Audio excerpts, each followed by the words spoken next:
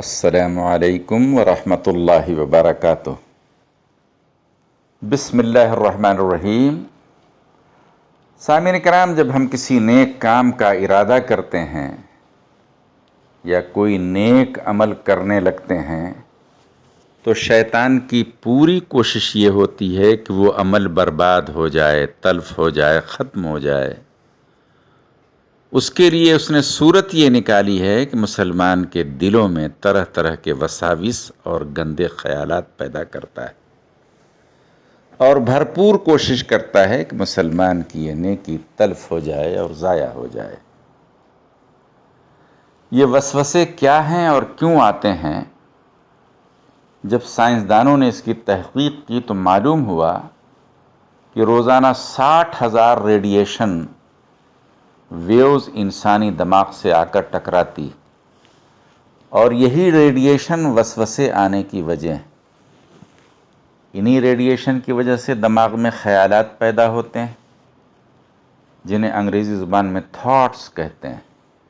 ان 60,000 radiation thoughts سے جو خیالات پیدا ہوتے ہیں اس میں صرف 100-200 کے قریب انسانوں کے لیے کارآمد ہوتے ہیں، اور بقیہ انسانوں کے دل و دماغ میں وسوسے پیدا کرتے ہیں۔ اور ان وساوس میں جب شیطانی قوتیں بھی شامل ہو جاتے ہیں تو یہ وسوسے بہت ہی قوی اور نقصان دہ ہو جاتے ہیں۔ ان کا ازالہ اس طرح سے کیا جائے کہ ان ریڈیشن کو ڈیفیوز کر دیا جائے اور اس کی ارتھنگ کر دی جائے۔ اس لیے جب بھی کوئی غلط وسوسہ دل میں پیدا ہو تو وضو کر کے 2 رکعت نماز شروع کر دیں، اور اس نماز میں لمبا سجدہ کریں۔ یہ لمبے سجدے اس الیکٹریکل ویو کی ارتھنگ کر دیں گے، کیونکہ زمین کی یہ خاصیت ہے کہ وہ الیکٹریکل ویو کو جذب کر لیتی ہے۔ اس طرح سے ہمیں وسوسوں سے نجات مل جائے گی۔ وساوس کا علاج ہی سجدہ ہے۔ سیدنا آدم علیہ السلام کی تخلیق کے سلسلے میں فرشتوں کو جب کچھ وسوسہ پیدا ہوا تو اللہ سبحانہ و تعالیٰ نے ان کے وسوسے کو زائل کرنے کے لیے سجدے کا حکم دیا، اور سجدے کی برکت سے اللہ سبحانہ و تعالیٰ نے ان کے وساوس کو زائل کر دیا۔ وساوس کے بارے میں شرعی حکم یہ ہے کہ اگر وسوسے آ رہے ہوں تو انہیں آنے دیں، اس کی طرف توجہ نہ دیں، اور وسوسہ آنے سے گناہ نہیں ہوتا بلکہ وسوسوں پر عمل کرنے سے گناہ ہوتا ہے۔ اور بعض وسوسے تو ایسے بھی ہوتے ہیں کہ اگر انہیں زبان سے ادا کر دیں تو انسان اسلام سے بھی نکل جاتا ہے۔ اس لیے جب بھی وسوسے آئیں تو اعوذ باللہ من الشیطان الرجیم 7 بار پڑھ کر اپنے اوپر دم کر لینا چاہیے اور اللہ کی طرف متوجہ ہو جانا چاہیے۔ اسی طرح سے 7 بار آمنت باللہ ورسولہ بھی پڑھیں اور اسے بھی اپنے اوپر دم کر لیں۔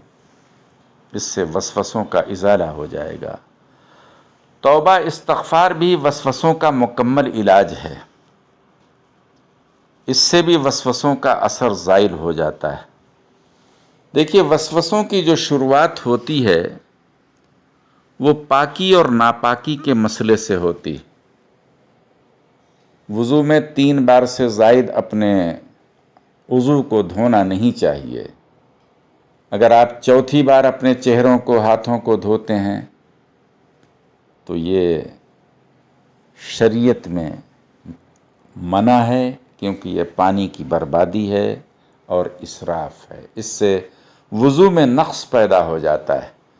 تو مضبوط یقین کے ساتھ صرف 3 بار دھونا چاہیے۔ ہم جو 4 بار دھوتے ہیں وہ وساوس کے تحت دھوتے ہیں، وسوسہ آنے کی وجہ سے دھوتے ہیں۔